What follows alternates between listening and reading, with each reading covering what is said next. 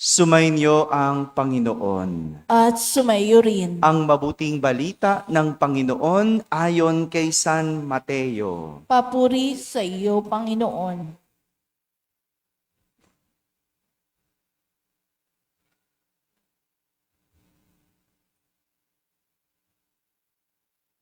Noong panahong iyon, sinabi ni Jesus sa kanyang mga alagad, "Sa pananalangin ninyo, huwag kayong gagamit ng napakaraming salita gaya ng ginagawa ng mga hentil. Ang akala nila ay pakikinggan sila ng Diyos dahil sa dami ng kanilang salita. Huwag ninyo silang tutularan, sapagkat alam na ng inyong Ama ang inyong kinakailangan bago pa ninyo hingin sa Kanya. Ganito kayo mananalangin. Ama naming nasa langit, sambahin nawa ang pangalan mo. Ikaw nawa ang maghari sa amin. Sundin nawa ang iyong kalooban dito sa lupa tulad ng sa langit. Bigyan mo kami ng pagkain kailangan namin sa araw na ito at patawarin mo kami sa aming mga kasalanan tulad ng aming pagpapatawad sa mga nagkakasala sa amin. At huwag mo kaming iharap sa mahigpit na pagsubok, kundi ilayo mo kami sa masama. Sapagkat iyo ang kaharian at ang kapangyarihan at ang kapurihan magpakailanman. Amen. Sapagkat kung ipinatatawad ninyo ang mga nagkakasala sa inyo, patatawarin din kayo ng inyong Amang nasa langit. Ngunit kung hindi ninyo pinatatawad ang mga nagkakasala sa inyo, hindi rin kayo patatawarin ng inyong Ama. Mga kapatid, ang mabuting balita ng Panginoon. Pinupuri ka namin, Panginoong Hesukristo. Umupo ang lahat at makinig sa homilia. Magandang umaga po sa inyong lahat. Magandang umaga sa mga nasa barangay, sa mga nasa tahanan na nagsisimba via online at sa lahat ng nasa abroad. Isang magandang araw po sa inyong lahat. Isa sa pinakamahalagang aral na dapat nating matutunan ngayong panahon ng Kwaresma ang tinuturo ni Jesus sa kanyang mga alagad sa ating ebanghelyo. At ang aral na ito ay tungkol sa pananalangin. Sabi nyo nga, balikan natin. Noong Biyernes, naalala nyo pa yung aral na tinuro sa atin? Ano yung ebanghelyo nung Biyernes? Mahalaga ngayong panahon ng Kwaresma. Kalimutan na, no? Anong ginagawa pag Biyernes, pag panahon ng Kwaresma? Ayun, no? Pag-aayuno. Tinuruan tayo kung ano ang pag-aayuno. Yun yung noong Biyernes, naalala nyo na. O, kailan tayo nag-ayuno? Nung Ash Wednesday. Kailan ang susunod na pag-aayuno? Good Friday. No, dalawa lang, oh. Di ba? Pag every Friday ng Lent, abstinence lang. No? Yung magtimpi ka lang. Piliin mo lang yung kakainin mo. Huwag munang baboy. Gulay muna at simpleng isda. No? Tinuruan tayo nung Biyernes kung ano ang pag-aayuno. Kahapon, naalala nyo ba kung anong tinuturo ni Jesus? Importante din sa panahon ng Kwaresma, yung pagbibigay limos. Nandito ba kayo kahagabi?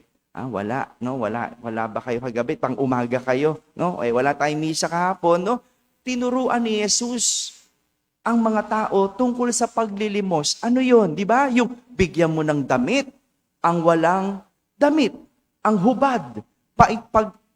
Painumin mo ang mga uhaw. Di ba? Yun yung ebanghelyo kahapon. Pakanin mo ang mga nagugutom.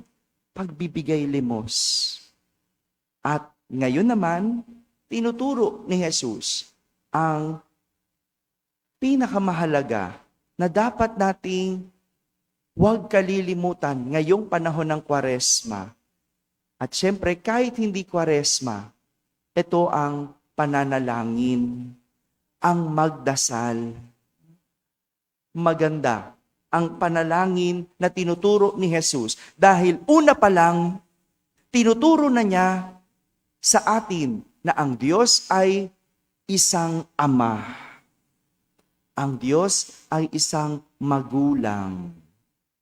Dito, nalalaman natin na dahil ang Diyos ay magulang, tayo ay anak.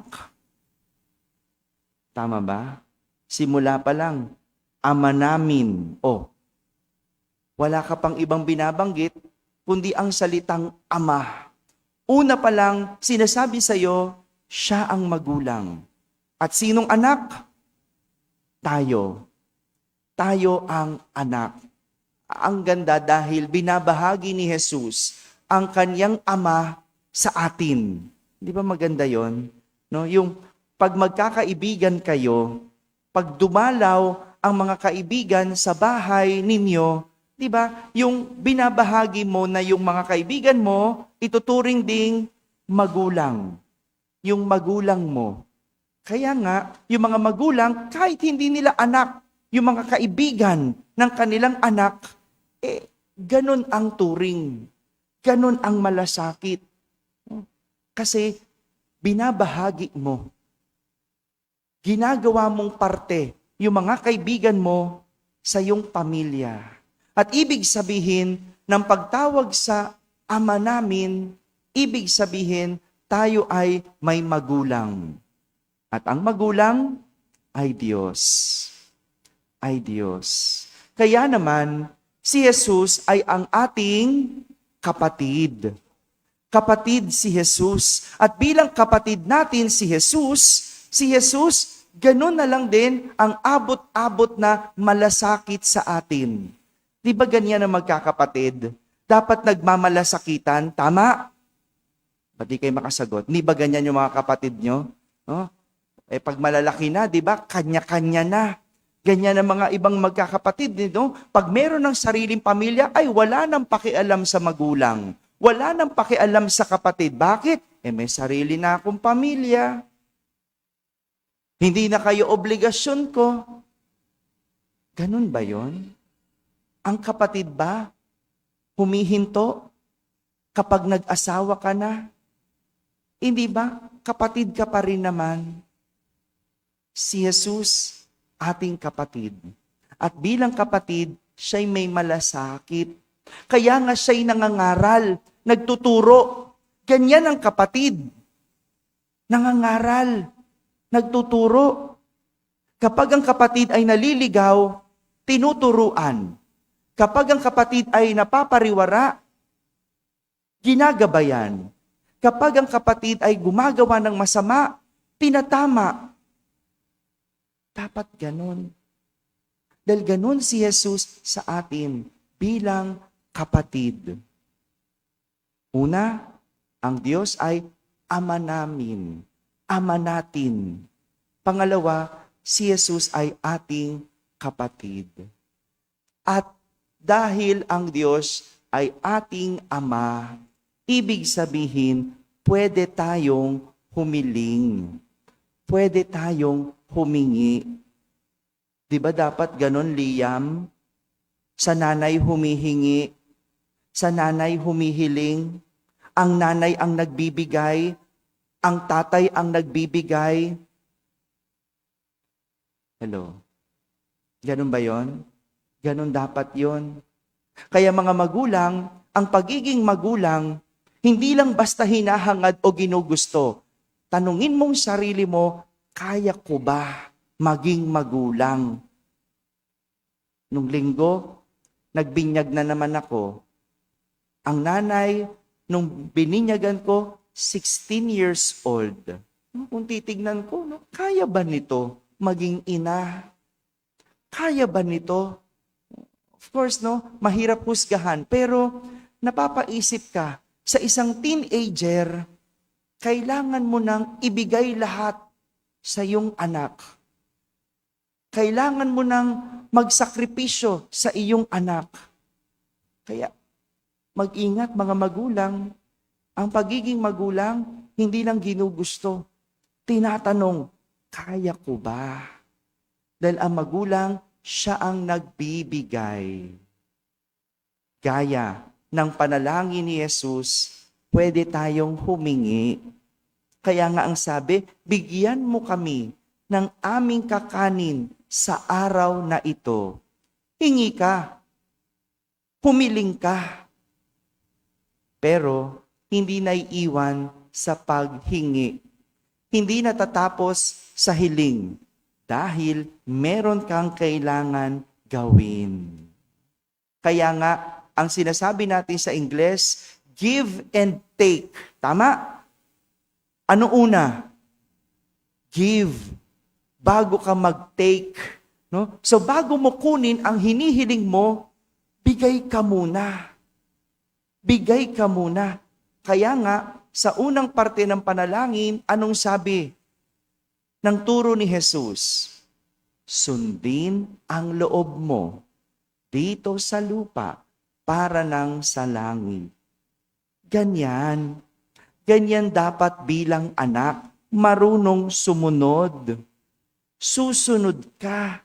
Sunod ka muna sa Diyos bago mo kunin ang hinihiling mo. Sundin mo muna ang Diyos bago mo makuha ang hinihingi mo. Maliwanag? Kaya nga, tinuruan tayo ni Jesus muna magbigay bago tumanggap. Nung Biyernes, mag-ayuno ka muna. Diba? Yung pag-aayuno, magtiis ka muna. Oh. Kahapon, tinuturuan tayo, magbigay ka naman. At ngayon, pananalangin, saka ka humiling. Ang tao baliktad. Hingi muna bago magbigay. Hello? Huwag kang humiling kung hindi mo kayang magbigay. Hindi pwedeng tanggap ka ng tanggap, hindi mo kayang ibigay ang iyong sarili. Tanggap ka ng tanggap, hindi mo kayang sumunod. Kaya mga magulang, ito naman ang para sa inyo. No? Para sa inyo. Susundin dapat kayo. Pero, bago sumunod, no, meron ding pagbibigay. Kaya mo bang magbigay? Mga kapatid, ito ang panalangin na tinuturo sa atin ni Jesus. Isang panalangin kumpleto na tumutukoy sa ating Diyos bilang Ama, sa atin bilang anak, at tinuturuan tayong magbigay bago tumanggap. Amen. Amen.